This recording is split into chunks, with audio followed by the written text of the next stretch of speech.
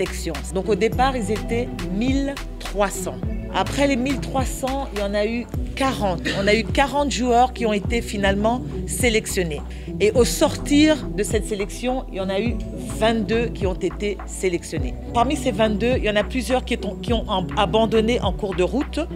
Et donc, ils se sont retrouvés à moins de 22 et ils ont dû refaire une autre sélection en avril et en août 2017.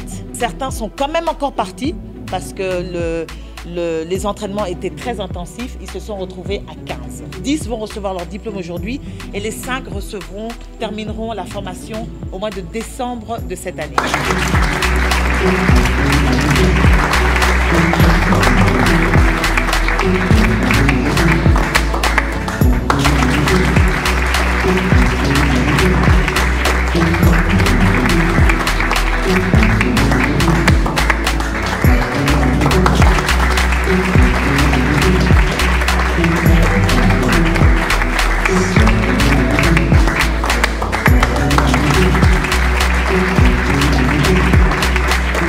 Le football a un carrefour de son évolution. Il est de plus en plus un phénomène socio-économique incontestable. J'ai pris une sélection de jeunes à partir du mois d'août 2016 avec 3 éléments prépondérants en tête. Les groupes, les maillots du CFOBEL de couleur, ce qui veut dire valeur et philosophie, et surtout le jeu. 3 éléments qui nous ont guidés tout au long du parcours de ces jeunes jusqu'à la fin de leur formation cette année 2020. N'oubliez pas que la première motivation d'un footballeur ou footballeuse est de jouer au football.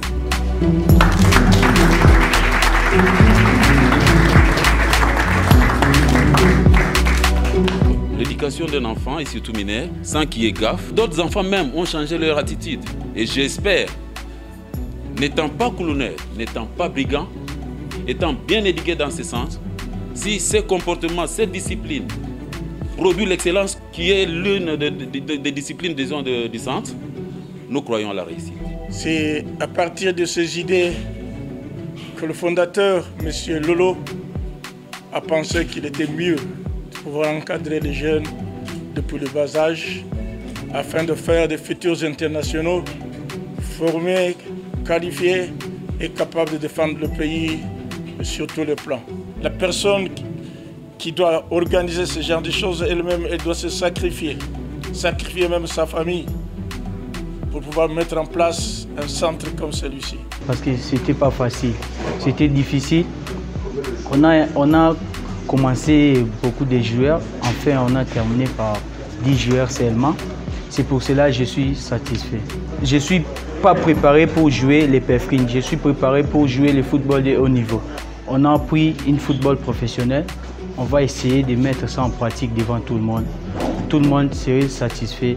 On va voir la différence entre le football du centre et le football de la rue.